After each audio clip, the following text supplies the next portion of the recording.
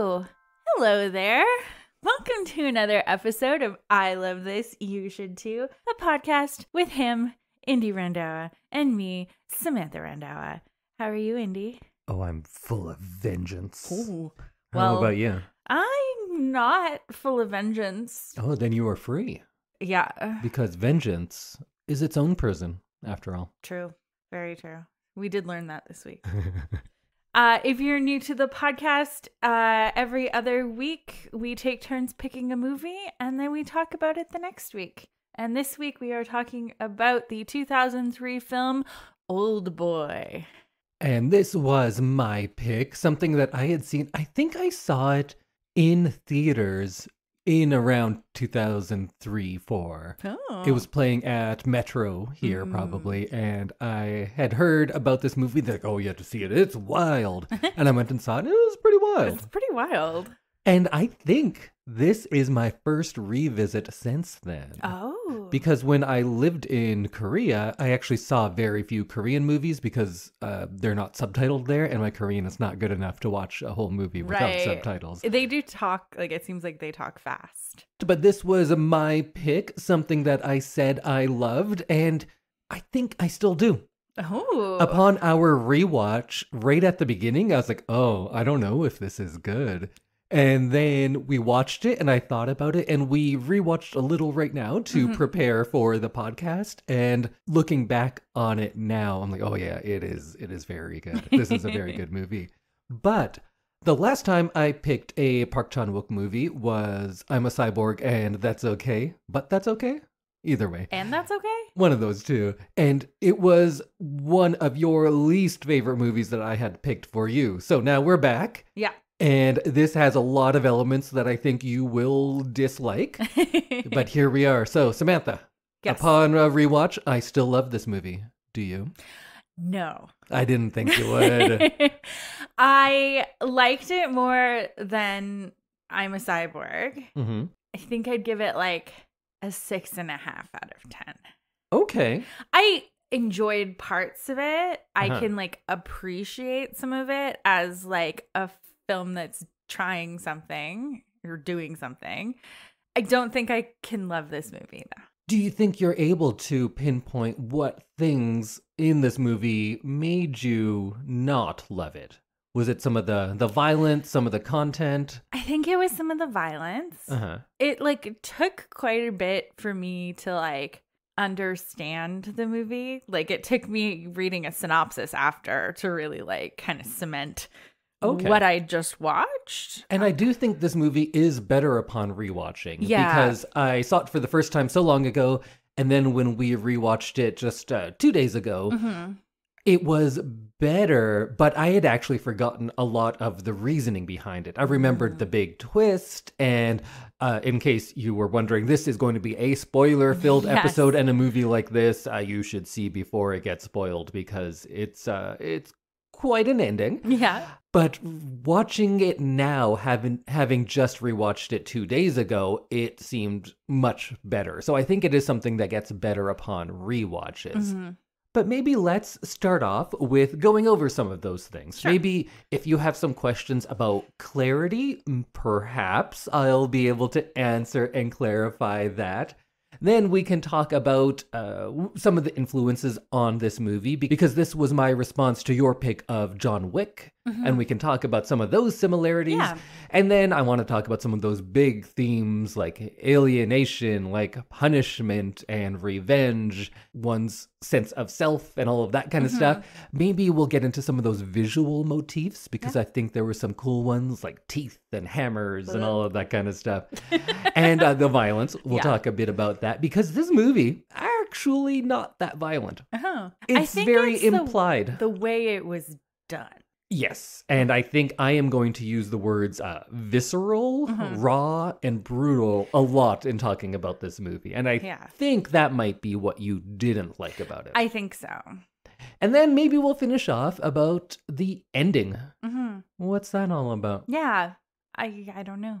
So first off, were there some things either plot-wise or maybe culturally that you didn't quite get about the movie? Yeah, so one thing that, like, right off the bat, I didn't understand what this prison was. Well, I think it's nothing more than a kind of like in John Wick, where we understand that there is this whole other world that we are not familiar with. They have this secret hotel and everything. In this version of Korea, somebody has essentially a private prison that they're running out of some big building. They are just taking money to keep someone captive there for up to 15 years, apparently. It's wild. Yeah. I understand it, like, contextually in the movie. I just didn't really understand what it was, I guess. Like, how do you mean? Like physically? Physically what it was. I mean, I get it now, but, like, that was one thing that I just, like, didn't really understand when we were watching it, and I kind of had to just, like, move on from it. I think movies like this that seem very realistic in many ways, because once he gets into the outside world, it seems like our version of the world. Yeah. Things like that are easy to get hung up on.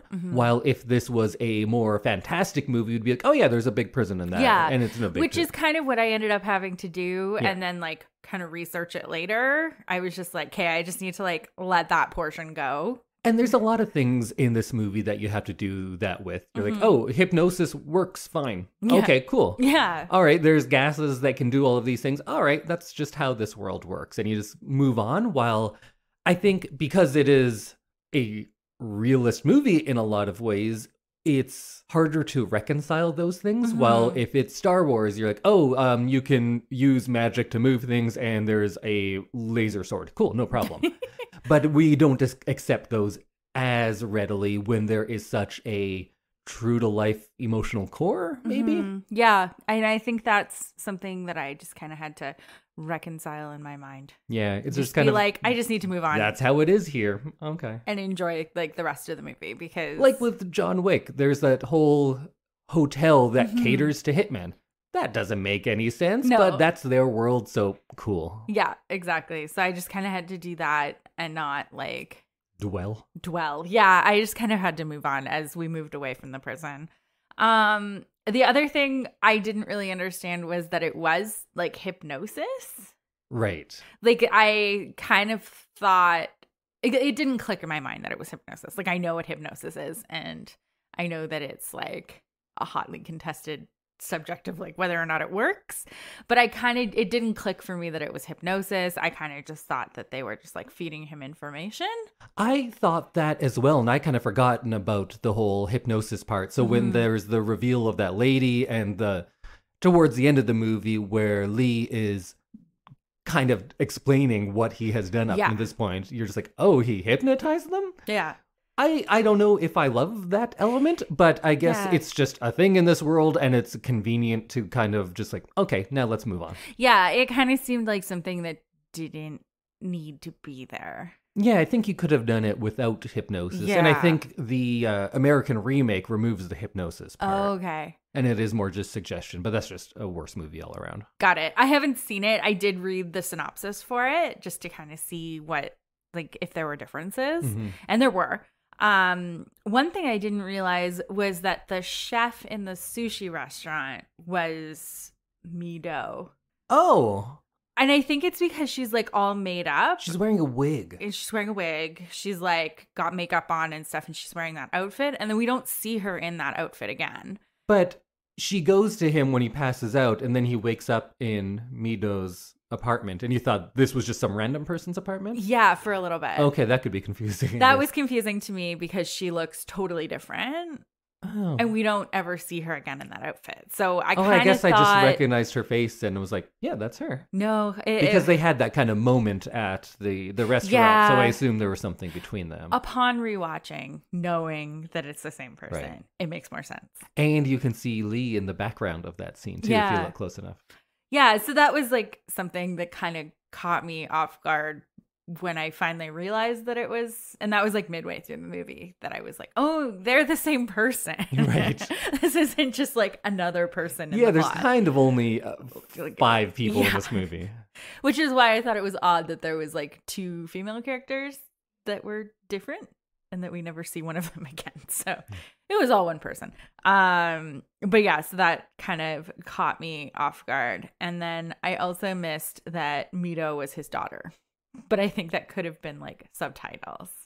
Wait, like at the end of the big reveal, you didn't get that he had been sleeping with his daughter? Yeah. Oh, that's a big thing to have missed. So, Oh, and I wow. think it's because I was trying to, like I've said before on the podcast, like I struggle. It's either reading subtitles or watching the movie for me. Right. So I was really trying hard to like do both so that I didn't miss some things in the like scenery and like that kind of thing. So I think I may have been looking at what was happening on screen instead of reading the subtitles, and I missed that. It was in both because there's the book. Remember, he's going through the book and you get to see her age until they meet. I just didn't really get that. So on your first watching, at the end, you were just like, I don't know what just happened. Yeah. Oh, yeah. I was a little lost. That's why I immediately like went and read the synopsis, because I was like, oh. And then I read the synopsis and I was like, oh, that makes this so much weirder. Yes, it does. So yeah, that was But at the end, we don't talk much. Yeah. But I said like, oh man, he banged his daughter. Yeah.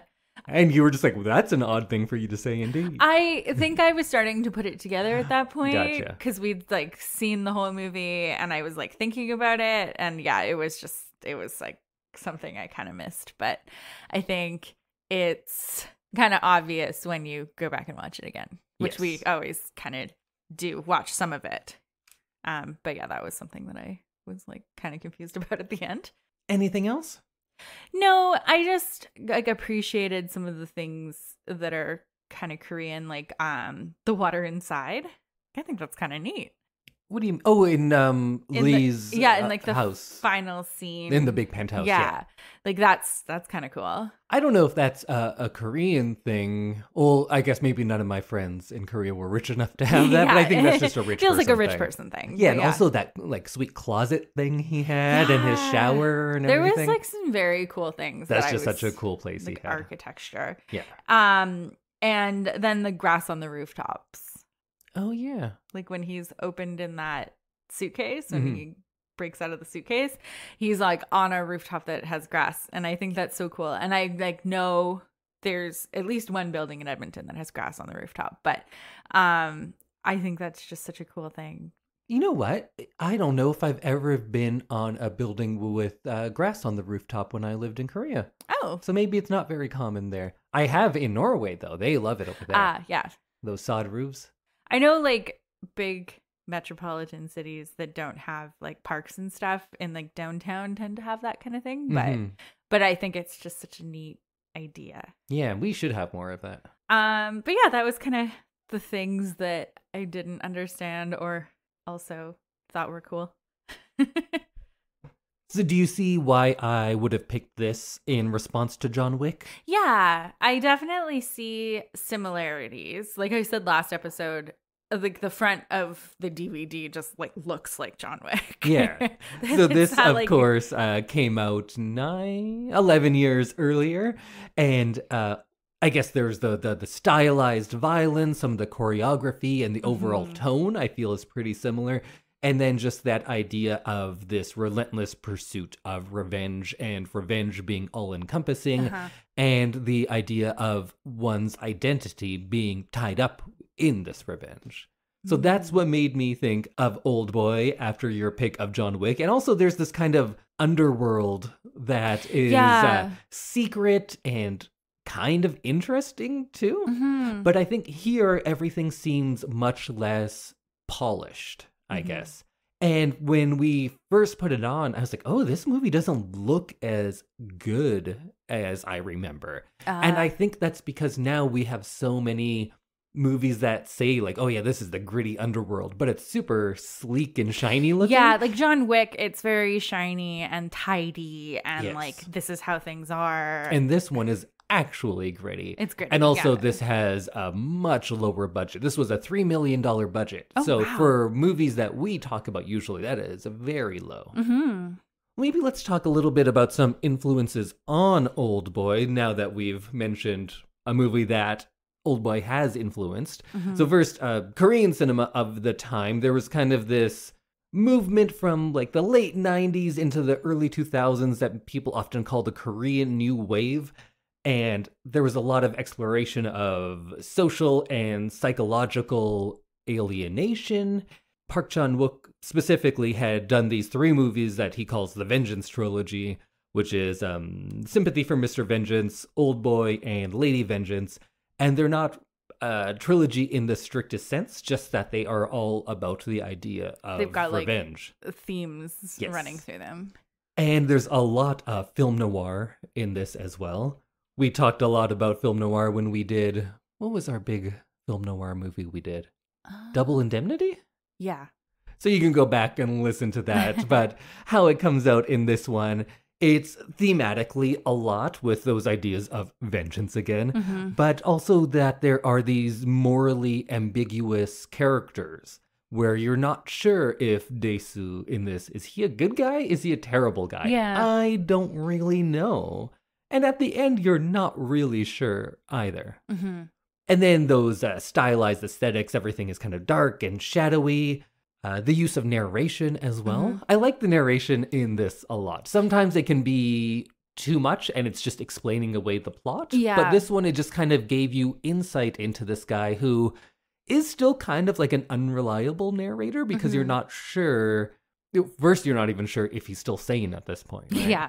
Yeah, they do give you a couple little moments where you really question, is he just insane now? Yeah. Like, is any of this credible? And then, like, how is he going to fare in the world if he is just, like, totally mentally gone? And this was adapted from a Japanese manga. So there's a lot of influence from that, too. It's not something I've read, so I can't really speak to it. But there are shots in this that definitely seem comic booky. Like, when he lifts up that hammer, and there's, like, you think it's a freeze frame, but the characters are slightly moving still, so it's just everyone is frozen. There was a couple moments like that where I was like, I could see this being just like a book. Yeah. And then I think there's a lot of Hitchcock in this as well. We haven't done much Hitchcock, but we'll have to do some more. Specifically, my favorite one of his, Vertigo, because this seems to have a lot of those similar themes, the way it builds tension, the way it plays with audiences' expectations.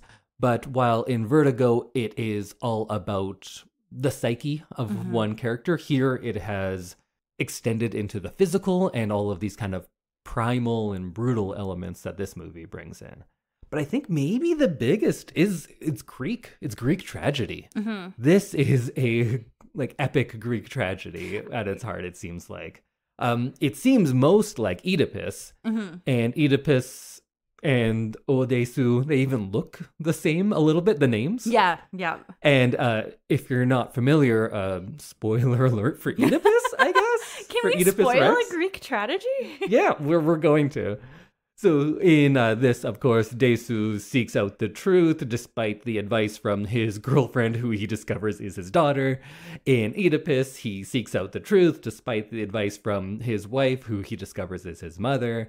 When he learns the truth, Dae-su cuts out his tongue, and when Oedipus learns the truth, he pokes out his eyes. So there's a lot of that, just kind of the fates conspiring against one individual. It seems very, very Greek, and all of those themes of guilt and redemption and the cyclical nature of revenge, I think, comes from all of those Greek tragedies.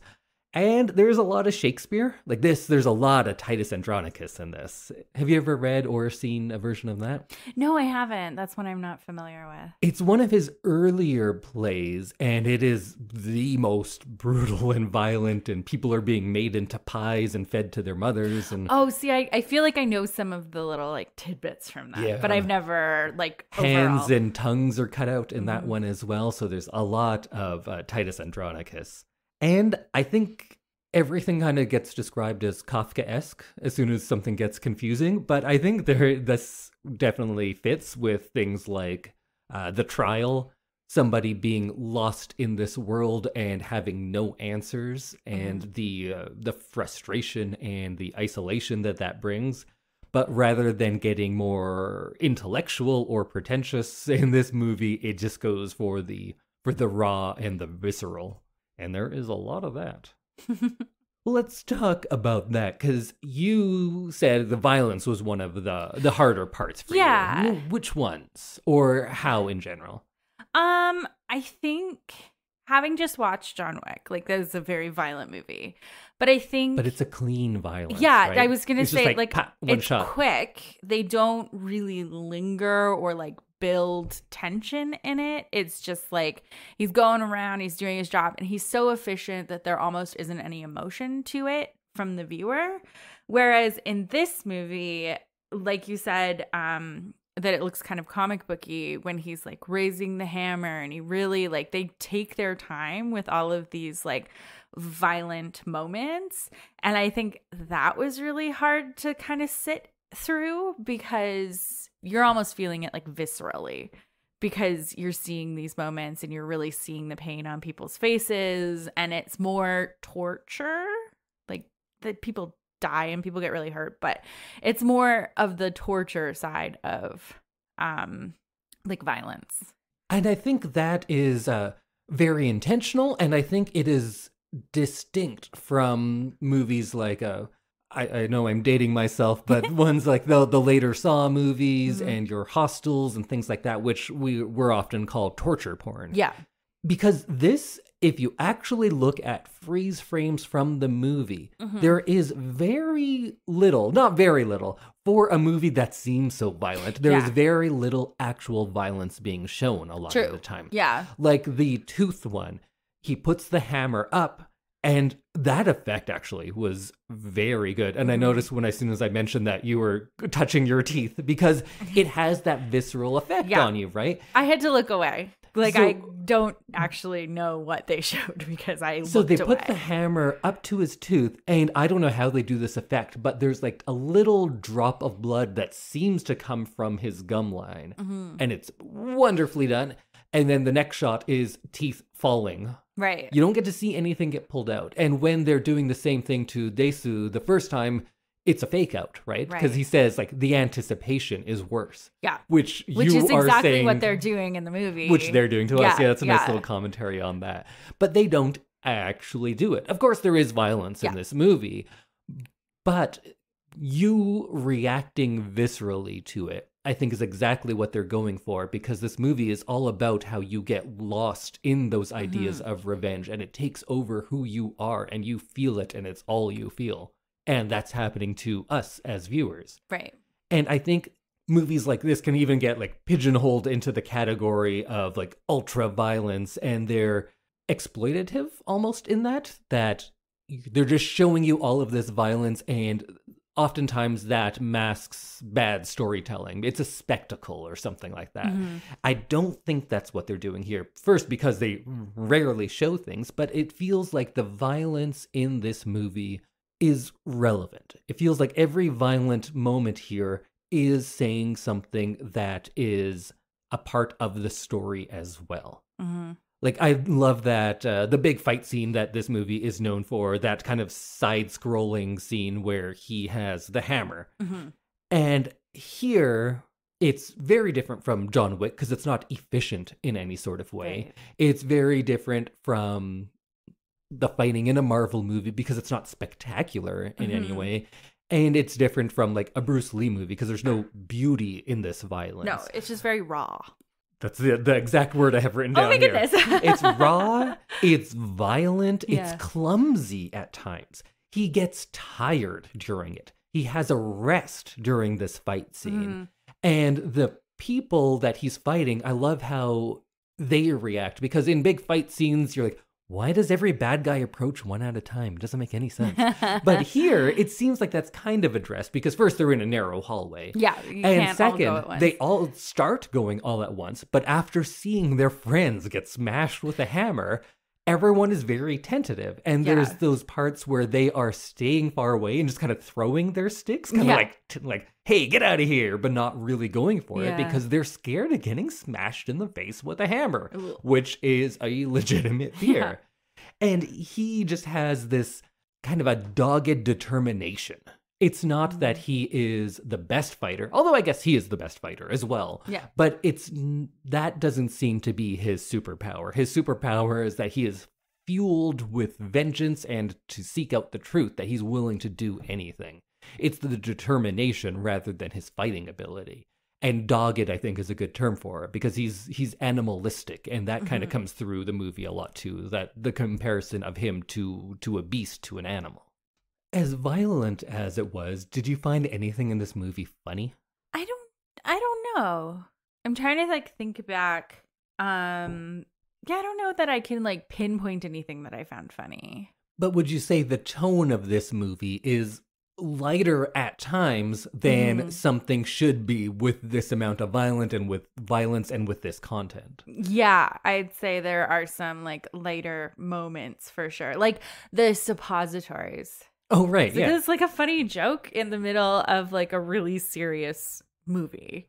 Or close to the beginning, I love the bit where he finds that guy who's going to kill himself, and he stops him and tells him his life story. And then the guy's like, whoa, what a story. Now let me tell you about my life. And Dae-su just walks away.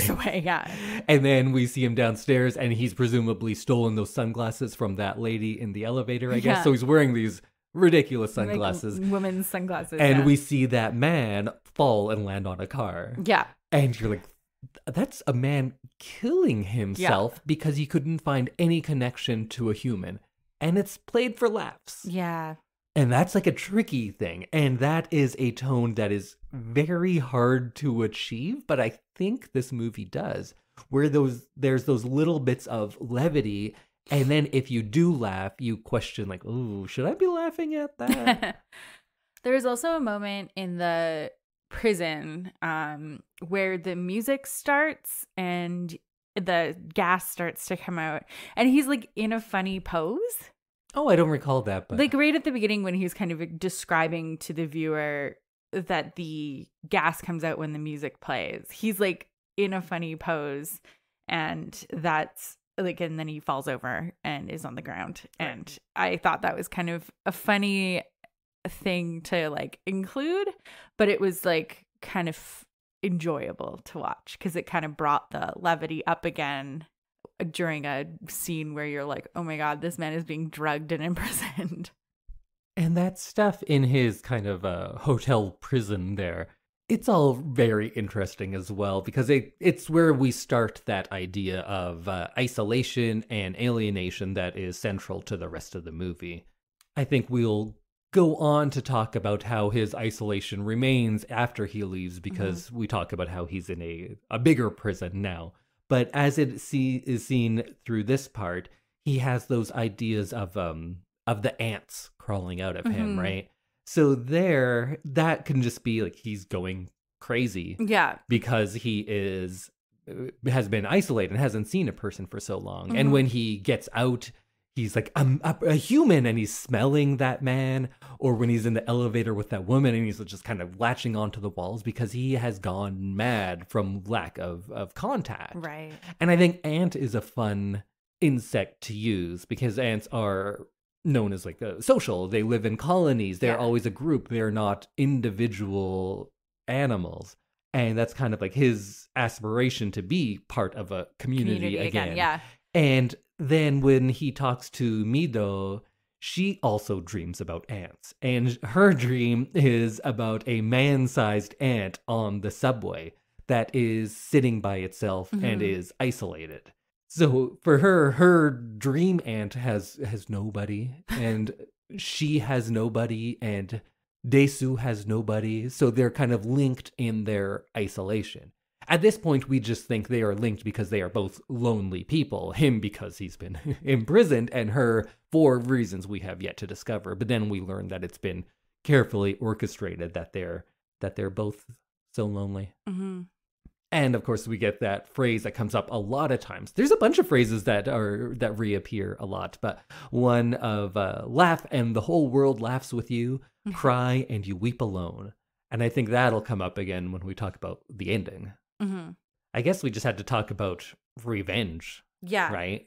I guess revenge and justice and truth. I think it's all rolled up all together a lot of the time. What do you think of him being punished in this way for the crime that he committed? I think this is a gross overreaction. I guess we should establish first, what was his crime? That he didn't say anything to his classmates? He didn't stand up for the bad guy? Well, I think all he did was because it was his last day at that school. Yeah. He just said like, oh, I forget what the sister's name was. I saw her getting it on in that room. Yeah. The end. Yeah. That's all he did. Mm-hmm. So they get into all this like, oh, you were spreading rumors, but it was true. Yeah. He should. And he didn't go around telling everyone. He told one person. Yeah.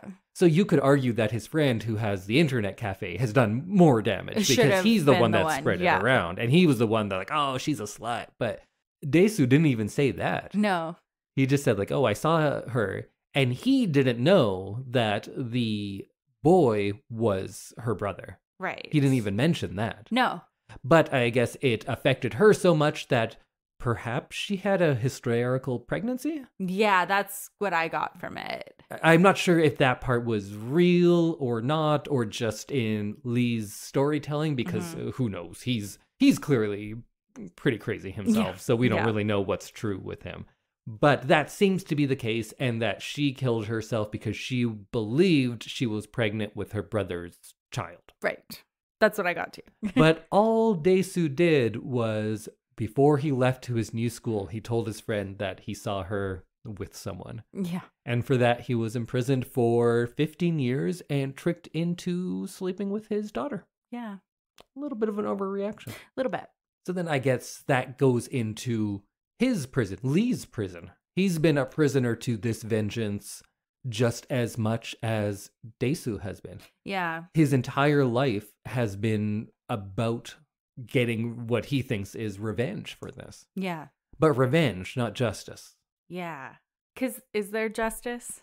In this, I don't think so. No, I don't think that's a thing that you can get when your sister's already dead. Yeah. And there's no way to undo it.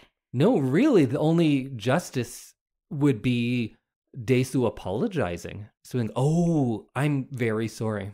Yeah, just the like end. Clearing the air. Which he does at the end. Yeah. And that's when Lee is kind of free from his prison. Yeah. I guess maybe that's why Lee kills himself at that point. Mm-hmm. This is at the end when Dae-su has cut out his tongue. Yes. And I think that was, in addition to being so gross. And they don't show it No, either. they don't. They do a good job of making it super gross without actually showing anything. I think part of that is his acting, right? Yeah. Like you can hear all of these sounds he's making and like struggling on what I assume is a lot of blood would be in your mouth after you cut something that big out.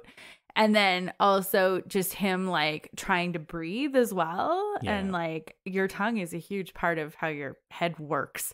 So I feel like that was a really good little piece of acting that he did, because you would totally not know how to use any of your head appendages. Yeah, that's Choi Min-sik, who is a well-known Korean actor and has done a lot of good movies. He was in one called I Saw the Devil, which kind of takes a lot from Oldboy, I think. Was not plot-wise, but I think was very inspired. Comes out a few years later. And I think he did do one American movie that I saw. I'm not sure if there were more than that, but he is very well known in Korea, and I believe he won the equivalent of a Best Actor Oscar in Korea for this movie. Oh. And I think his portrayal was fantastic. He's very good in this. Yeah. He's almost unrecognizable from that first scene where we have him as a drunk in the police station. Yeah. And then you see this guy later on, and those are different people. Yeah. It's, you can see the 15 years of wear on him. Yes. Yeah. I was reading the Wikipedia page, which, you know, such a good source. And they said that he was gaining and losing weight just for like based on the shooting schedule. Oh, wow. Which would probably wear on a person as well. Yeah. And just like is that method acting then? Depending. Yeah. Depending on what else he did. I don't True. really know Yeah. his whole process. I just found it crazy that you would do that based on shooting schedule, because usually shooting schedule would be based on what weight needed to be gained and lost. Yeah, you'd think you'd shoot it almost chronologically. Yeah, so that for he this could movie. Yeah. look appropriate based on whatever's happening. But yeah, that's some dedication. I think we kind of lost what we were talking about. I but think so. The idea that Lee was a prisoner to his revenge and probably is only free from it when Dae-su cuts out his tongue and apologizes. And I think that's what he was looking for in the end. Yeah. And that's why after that he goes and kills himself. I think him killing himself too kind of it struck me as like him being like, I'm going to be free from this, but you will never be. Yes. Like I will have the ability to move on and like be at peace, but I still don't think that you deserve to. Yeah, and Dae-su never gets his true revenge because he doesn't get to kill Lee. Lee kills himself. Yeah. And then that idea, of course, of Oh Dae-su being freed from his physical prison only to be in a bigger prison is explicitly said. And Lee says that to him a few times, like, how are you enjoying your bigger prison? Right. Because when they first meet and you'd think that Dae-su would take his revenge by killing him, he finds out that, like, well, don't you want to know why you were imprisoned and why you were let go? And then he's a prisoner to this idea of the truth and goes throughout and is possibly more tortured after being released than those 15 years that he had in there. And that idea that they say a few times, a rock and a grain of sand, in water they both sink the same. Do you like that one? I do. Because I assume what he's talking about is you have committed a crime, you have sinned, and it doesn't matter how much. It doesn't matter if it's a boulder or a grain of sand. Yeah. You did this. You started the events that led to my sister's death, so you will be punished for that. Right. Which is pretty rough. That is not a great way to look at life. But you could argue that most countries' justice systems work in a similar way. Sure. Yeah. Because our justice system in Canada, sure, better than the American ones, but it is about punishment, not about rehabilitation. Right. If it were about rehabilitation, it would be like a lot of those Scandinavian ones where you're essentially going to school when you get locked up. Yeah. And you're working to be a member of society again. Right. And I would argue, like, what is the point of prison or any sort of punishment system? It would be to make you not do those crimes again. Yeah. But that's not how most people look at it. No. They want it to be punishment. Yes. When most of those types of systems just create career criminals, right? If you're just being punished, you're like, okay, this is the world. I better be on that same level. And that's what Dae-su takes away from it too. Like, this is how things work, so I'm going to go around and bash people with a hammer because that's how this world works. And that is how the world of that movie works. And then when you start thinking about it, you go like, oh, is that how our world works too? Kind of. Whoa. Well, man. It's a good movie. It is a good movie. 7 out of 10 now? You can bump it up a little? 6.5. And then I guess wrapped up in those ideas of revenge, there's all of the ideas of identity and self-discovery. Because he is revenge. That is who he is through most of this movie. And same with Lee. They don't have many characteristics that are outside of this vengeance. Yeah, you become totally consumed in this whole plot, I guess. And this links up with some of those visual motifs, specifically the one about mirrors. Did you see a lot of mirrors in this movie? I don't think so. There's like one in the prison. Right. Which he then breaks and tries to kill himself with. Right. When he has that big confrontation with Lee, it's in front of the mirror. When he is discovered as a child watching them, Lee's sister is using that mirror to watch herself, and then she sees Dae-su out there and sees him as well. So that's like the beginning of the whole mirrors and the two versions of yourself. And towards the end, we talk about there being two versions of yourself. And in the final hypnosis scene, he is supposed to go to the window, see the reflection of himself, and one is the monster and one is your true self, and you're going to walk away. So if the idea of having a fractured self-identity, of having two selves wasn't enough, they just say it outright at the end. Yeah. And in the end, the monster is going to die. You're and walking he away will be from his that person. true self. And maybe we should leave that one there and come back to it at the end. Sure. Because, yeah, there's a lot to say about that ending. And then there's also cameras, and they're kind of the opposite of the mirrors, because I think Lee has like a bunch of antique cameras in his very fancy penthouse. Yeah. And also when his sister dies, he's wearing a camera. Oh, yeah. And there is that piece of evidence where he is discovered to have been at the dam because there's the photo on his wall with the date. And right before she kills herself, she essentially takes a selfie. Right. So the camera maybe is the glimpse into other people. Perhaps not always a true document, although that's literally a true document. Yeah. But the beholder, Lee in this case, who has those photos up, he is able to imbue those with the meaning. While with the mirrors, it's all about the reflection of yourself.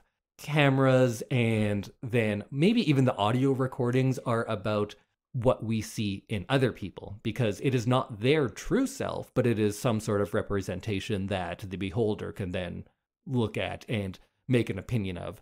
And in Lee's case, he has these pictures of his sister, and she is forever perfect in those pictures. And this allows him to take off any personal responsibility he may have had in her death, because he was literally the person holding her before she died. Right. But he does not take any personal responsibility in her death.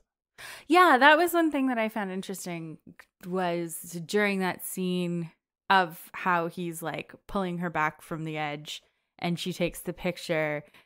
He doesn't ever really acknowledge, other than that one scene, that he was there. He could have pulled her up. Yeah. He could have. That he had some like hand in it. But maybe that's how he is justifying it to himself Yeah. over all of these years. It's someone else's fault. It's not his fault. It's not his fault for letting go. It's not his fault for having that relationship. It's not his fault for having some sort of communication with his sister and getting over this. It is Dae-su's fault because he told one person. Yeah. It's misplaced blame to alleviate his own guilty conscience. And then if the mirror thing isn't enough, oftentimes when Dae-su looks at a mirror, it is cracked or broken or distorted because he has this distorted self-image. I like that they used mirrors in that way. We've talked about so many movies that use mirrors. It's an easy one, but it's an effective one. Yeah. But one you don't get to see in a lot of movies is teeth. I think teeth are a big motif throughout this. There are so many shots, extreme close-ups of teeth.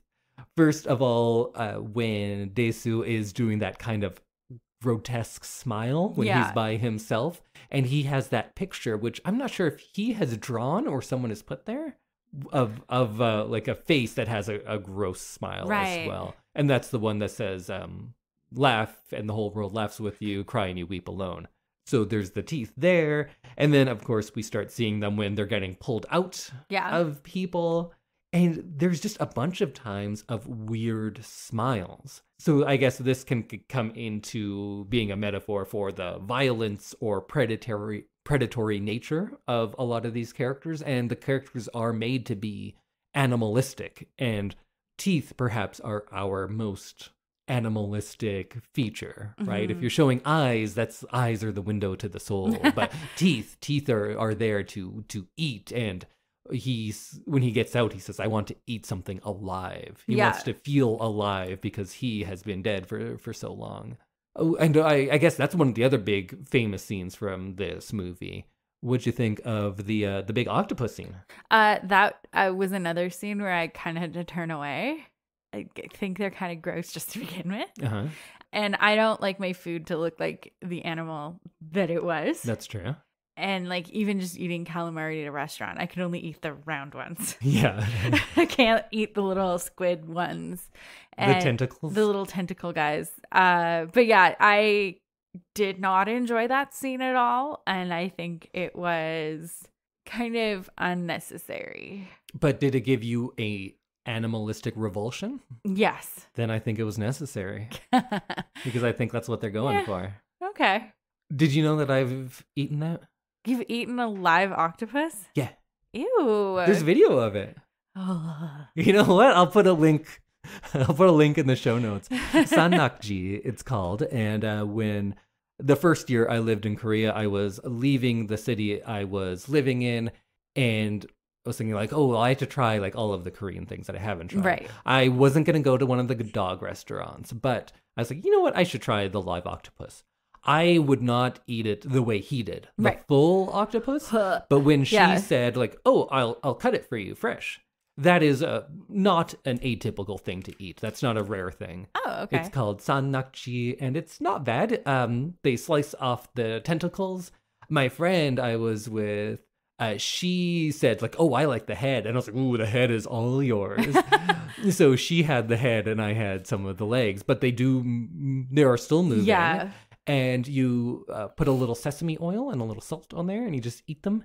And you have to really chew or else you'll choke because they'll try to crawl back up. So when he's eating the full octopus, apparently they did this in a few takes. And the actor is Buddhist and would do a little prayer for the octopus for each take and then would just chow down on it. Oh my God. And the whole octopus, that would be very difficult because you have to really chew or else you can die. Right. Because that suction is very strong and it'll crawl in your throat. I didn't even think about the suction. Yeah. Oh. Because even the little tentacles I was eating, they latch onto you. Oh, that's gross. Yeah. I am very uncomfortable talking about this. I guess you've never seen that video. No. I put it on YouTube. I think you've talked about it. But you had no interest in seeing But it. I don't think I ever want to see. It doesn't look like it does in this. Okay. But it's still gross. Yeah. It's pretty good. It's pretty good. Oh yeah, teeth. That's what we were talking about. Right. And then it comes up again. You know what? We'll save it because it comes up at the very end in the very last smile. Mm. Another theme that's in there a lot is the hammer. Right. Hammer time. Yeah, the hammer was like a very violent way to kill people. Yeah, and it's also kind of the most simple. Yeah. Right? It's still feels visceral, but it's not your own hands. Yeah. But it's so different from a gun where there's some sort of detachment, right? Yeah. You are swinging that hammer. You are feeling what it hits through your hand. And I think that's a good weapon for Dae-su and how he's set up in this movie because he is kind of the opposite from Lee, who essentially has superpowers in this movie.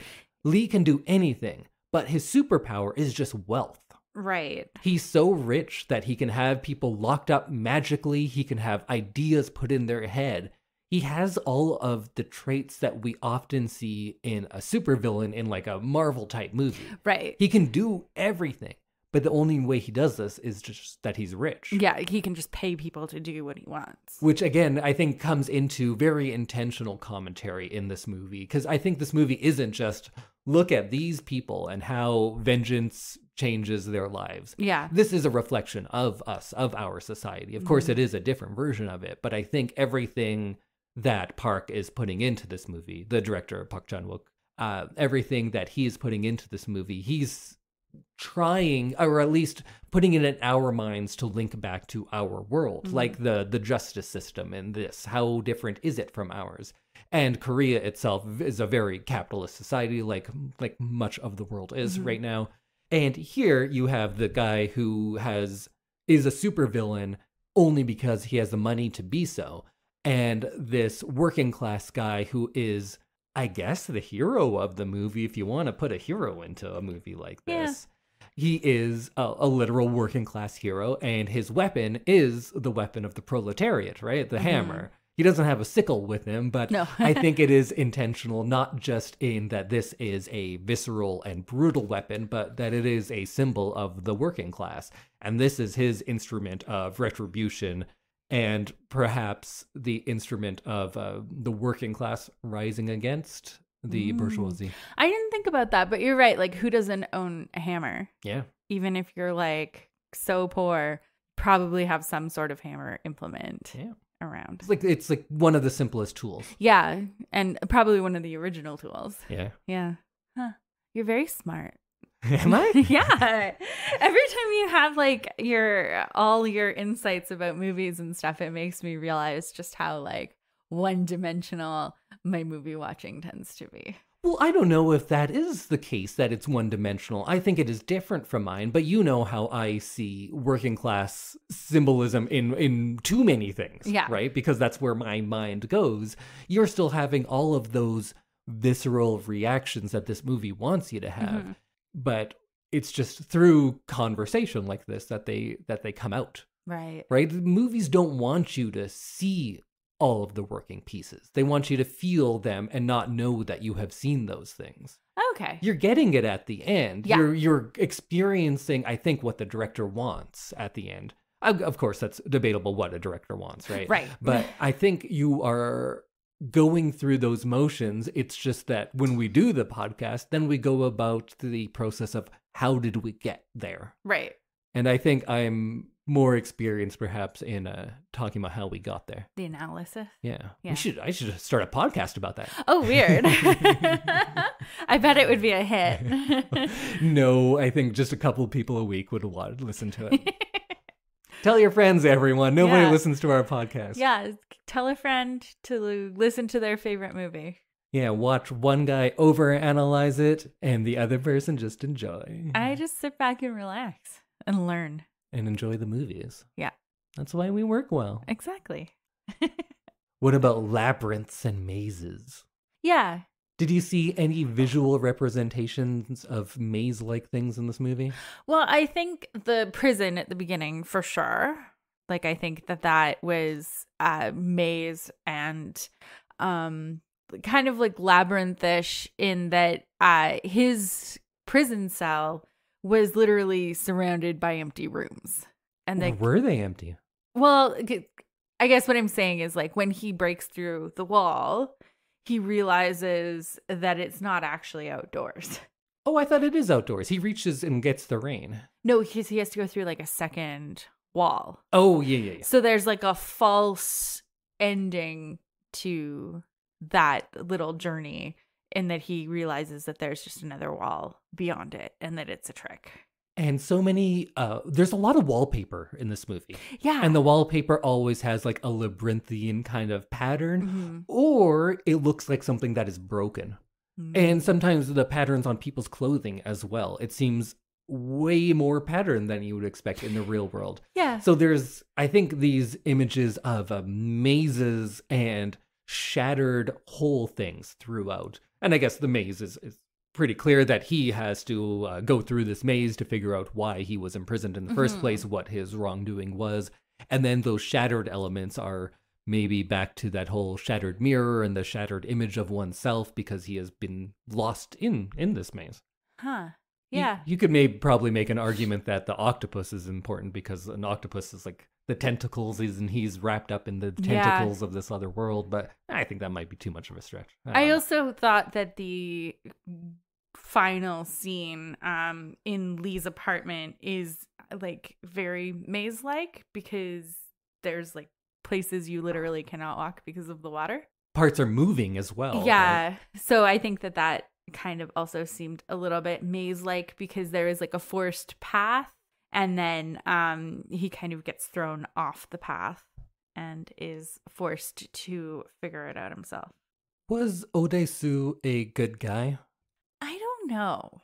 Like, I don't think he was a bad guy. He wasn't bad. He wasn't this bad. No. But when he is going over and thinking about the people he has wronged, he has many names. But is that just because he's been thinking about it for 15 years and you think of like, oh, I cut off this guy in traffic once. Maybe it's from that. Yeah. Or has he actually wronged this many people? We see him like he's a kind of a dick at the beginning when he's all drunk and yelling and all of that kind of stuff. Yeah. But I don't think that he is like evil. No, but he's also not depicted as being good and innocent. Right. He's just a guy. Yeah. And I think that's important. I think in the American one, they made a more concerted effort to make him look like a bad guy. And I think that takes away something from it. I think it's better when he's not a bad guy and he's being punished in this way. It's kind of ambiguous. Yeah. Yeah. Then Lee, he's a bad guy. Yes. But we don't have any insight to him outside of this one part of his life. Yeah. In the vengeance about his sister. Yeah. I guess everyone's just kind of morally ambiguous. And that's kind of one of those film noir anti-hero type tropes coming through. It kind of leaves you to decide on your own. Yeah. And that's sometimes hard. Or maybe it makes you think about people who are victims of circumstance and maybe aren't terrible people, and then they're still in prison because of, like, well, we say if you do this, you go to jail for this much time. And it's not about whether you are repentant or if you'll do it again. It's just, here you go. This is what happens. Right. I think it's his circumstance that makes him kind of a bad guy. Oh Dae-su? No, Lee. Or was that the thing that broke him? Because I was going to say, well, he's clearly criminally insane. I think but it's maybe what happened. The death of his sister is what broke him, and that has been the one thing he has latched onto, and everything in his life revolves around that. I think that's kind of what happened. It seems like and it. I think that in a, grief counseling is readily available kind of world, maybe he wouldn't have spiraled off into this one moment of his life, and that makes all of his decisions for him. Like, I don't think he was like born evil. Can someone be born evil? I don't know. Is that a different podcast? That's a different podcast. We'll get there. We'll talk about head injuries and maybe we'll watch Clockwork Orange sometime, and then we can get into all of that. And I think the visuals kind of go with this moral ambiguity sometimes, because there's times where we have these scenes that look like quite beautiful, and they could be from a music video, but then you have this brutal violence going in it, and there's that kind of juxtaposition of, is this beautiful? Should I be watching this fight scene and being like, oh, cool? But then how the fight scenes are conducted, they're not smooth and fluid, they're brutal, and they're clumsy at times, and then that makes you question, like, oh yeah, maybe it's not all good. And everything in this movie is kind of the same way. Like, you should question, is he good? Is he bad? I'm not sure. I shouldn't just go by how things are presented, just because Dae-su is presented as this guy who has crazy hair. He just needs some conditioner. Desperately. And a brush. Oh, and he gets it later. Remember, he actually goes to the hair salon. Yeah. So that was cool. Is he a crazy person, or is he someone who's been pushed to this level? And then we have Lee, who looks polished and has this great home and is a very handsome guy, but he is the kind of the true evil of it. So it's making you question your assumptions, both in the style of filmmaking and in the representations of these characters. Yeah, I thought the way that Lee was presented was very much of that, like, shiny, beautiful, evil villain kind of trope that they use. He looks like he could be a John Wick guy. Yeah, because he's like super made up and he looks perfect, and also is evil. And quietly evil. Yeah. I loved when Oh Dae-su is doing that bit of, like, do you want me to be your dog? I'll be your dog. And he's licking his feet and everything. And Lee's reaction, he has a handkerchief and he's just stifling laughter. Yeah. That was infuriating. There's also a moment where I didn't know if he was like crying or laughing. Yes, that's what I thought as well. I'm and like, then when did this him break him, his apology, or is he just so far gone that he can't feel anything else? Yeah. And it's not a big triumphant evil villain laugh. He's just like, yeah, just laughing at him. Yeah. Look at you now, kind of. Yeah. And maybe it's a little triumph that he got him to this point.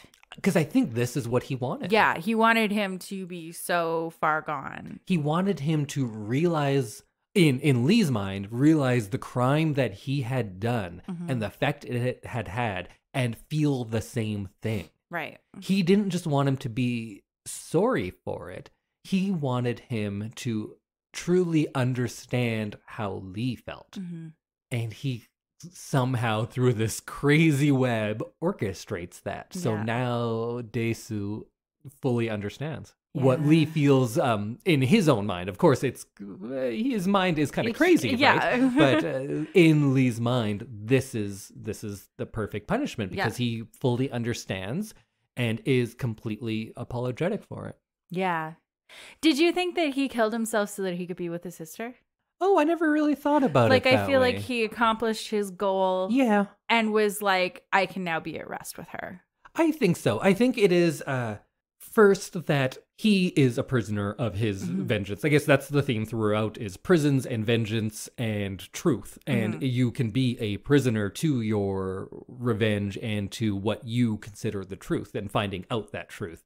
Lee was a prisoner to his vengeance and truth. And now that he has gotten his revenge, because Oh Dae-su is completely broken, has committed the same kind of sin that he did in the incestual stuff.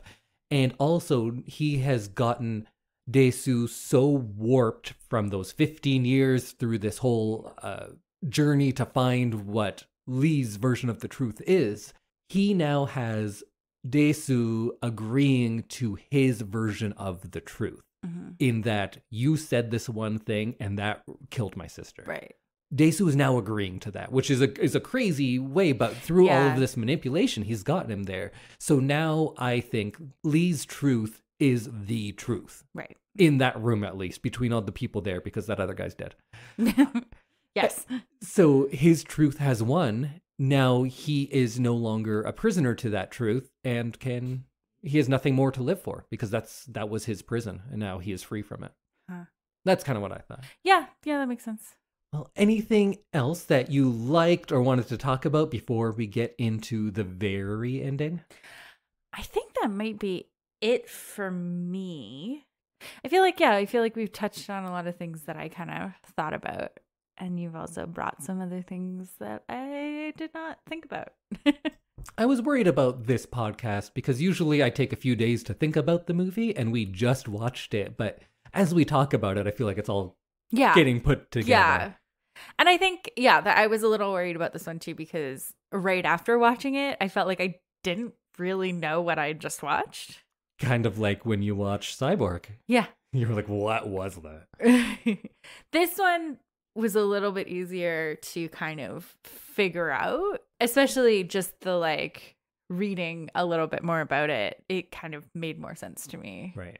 And also, catching the twist finally. Yeah, that's a big one to miss. I can't remember what other movie it was when there was a big reveal at the end, and that was kind of the linchpin of the whole movie. And you realized it when we did the podcast after. Yeah. Do you remember what movie that was? I don't, but I do remember you being like, what? Wait, Bruce Willis was a ghost? It was. So let's talk about the ending then, because I think it is pretty brilliant in a few ways, because it brings together all of these motifs and themes we had seen. Do you want to give me your reading first, and then I can overanalyze things like I love to do? Of the entire ending? Maybe we should go back a step and talk about the reveal ending, like when it goes into the past and you get to see that kind of Escher-like sequence of going up the stairs, and it's his past self and his present self and those people. I really enjoyed that. Did you like that, or was it just confusing? It was kind of confusing because... I don't know. I guess I feel like in movies that do something like that, usually you see it once kind of normal. And then when they're bringing in this kind of psychological element, you see it in the way that they kind of showed it. So it felt a little bit confusing. And I think that's kind of intentional too. I think being confused in this movie doesn't mean that you didn't get it. I think that's what they're going for. It's another one of those labyrinths. And here... Dae-su is so lost in the labyrinth of his past that he is literally lost in this labyrinth of his past. And it's like an M.C. Escher painting of all these stairs everywhere and the two timelines going together. I think it worked very well if you realize what's going on, I guess. It's a good manifestation of his kind of spiraling and being lost in all of these ideas. Yeah, I found the kind of perspective shifts of the quarry that they were at, and from one view it seemed really, really big, and from another it didn't quite seem as big.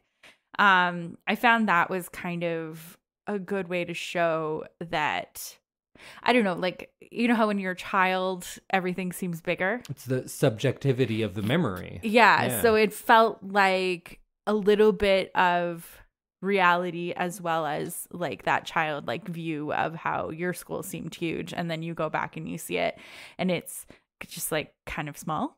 Yeah. So I enjoyed that. I think that kind of really kind of tied together the past and what was happening in the present. And I liked that. And I usually hate in a movie when there is such a convoluted plot as this, when the villain explains everything. And here they have that, but I think it's done in the best way possible because it is still somewhat disorienting because that's it's all what his Dae-su is memory. going through. It is disorienting to him, and we're not sure if these are credible narrators either of them. Yeah, and I think it shows you that this is all in Lee's head. Like, this is all his memory. Nobody else has this memory that he's based this whole life on.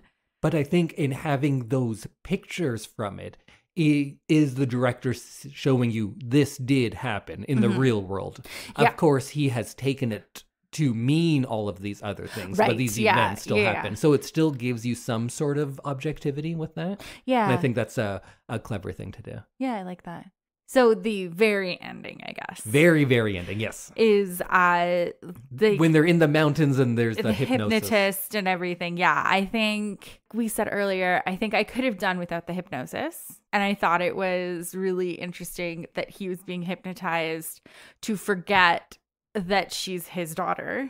And I thought it was really interesting that's kind of the approach that they took for the ending because I don't know, maybe he's feeling like his life is already just so screwed up. He would just like to be happy in kind of an innocent, unknowing way. So what do you think is going to happen after this? I don't know. I'd like to think that they're just gonna live a quiet life together and try and like heal from the trauma of, even if you like unconscious trauma. Kind of blissfully unaware of who they really are to each other? Yeah. Oh. I think that's kind of where I thought it would go. So it works. The hypnosis works. I think so. See, this is where I disagree. Okay. So first, before we get into that, I think this is great because it brings together all of those ideas like I was talking about. First in the teeth, because we get to see this big smile at the end. But then it breaks. Yeah. Right? It starts turning into a frown and it looks like he starts to cry. Mm-hmm. It's that motif, but it's giving you insight into what I think is the true ending. And also, there's the idea of the laugh and the whole world laughs with you, cry and you weep alone.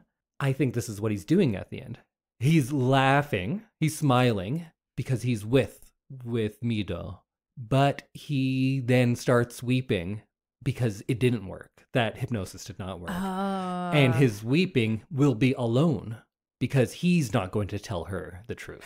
So he's laughing to laugh with the rest of the world. Right. But in reality, he will cry alone. Whoa, man. And then it also brings into that idea the fragmentation of self and that mirror part. Because in the hypnosis, he is instructed to go and see his reflection. But the monster who knows the truth will turn away and walk and die. And we see him in his mind at the penthouse looking at this fragmented version, this distorted version of himself. Mm-hmm. But the version that looks sympathetic and understanding is the version in the mirror or in the window.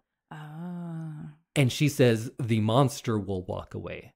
When we show the real world, we see those footsteps. Mm-hmm. So the true, like literal Dae-su has walked. The monster was supposed to be the one that walks. The monster who knows the truth. So when he wakes up, he has done the walk. I think that is the monster self that knows the truth. That's left over. The wrong part walked away. Yes. Interesting. I guess it is like, it's a very ambiguous ending. I feel like we've said ambiguous a lot this episode, but it is a very ambiguous ending. And I think you kind of have to figure out how you think it ended. Yeah. I think it could go either way, but the way his smile breaks, and because I was kind of linked onto these ideas of the reflection of the teeth and the laugh and the whole world laughs with you, cry and you weep alone. Those three things, if you're thinking of those ideas, and I think they are there throughout the movie, they definitely lead me to believe he knows the truth. Right. But he has decided to go along with this life for her sake, perhaps, for his own sake in some way, but he knows he will always be weeping alone in the end. Whoa. Whoa, man. And whatever you think happened, you're still uncomfortable because they're together regardless. Yeah. And you can just think of like, oh, they don't know that they are related, but they're going to live together as a couple, and that's gross. And you can be uncomfortable in that way. But I think it goes one step further in that he knows and will continue anyways. And then he will never be free of Lee's revenge. This will always be with him. Yeah, I can see that. Yeah. Wow. Still just a 6.5? Yeah. Huh. I think it's pretty good. It's a good movie. Okay, I'll give it a 7. All right, I'll take it. Well, I think that might be a good way to wrap up Oldboy. Any final thoughts? I think it's a movie worth watching. That's something we can both agree on. I think this is one that definitely benefits from us like talking it out and doing the book report on it. Yeah. But I think you should give it a try. Yeah, and honestly, if you've listened to this and haven't watched it yet, it's kind of all been ruined for you. But go watch it again, maybe. Watch it. If you saw it long ago, it's time for a rewatch, perhaps. Yeah, you may have forgotten. Yeah, I did. Yeah, exactly. And Indy remembers everything. Apparently. Except for Oldboy. Except for Oldboy. But now I will. Yeah. Well. All right. Well, I think that might be it for us this week. You can join us again next week where we will have 2 spoiler-free things of the week. And Sam will let us know what we're watching for the following week's big watch. We don't know the theme yet, but we'll have some sort of theme that we're doing. Yeah, absolutely. Or do you know the theme? I don't know the theme yet. Maybe it'll be movies. The theme is movies. That's just the theme of the podcast. Right. Usually. Usually.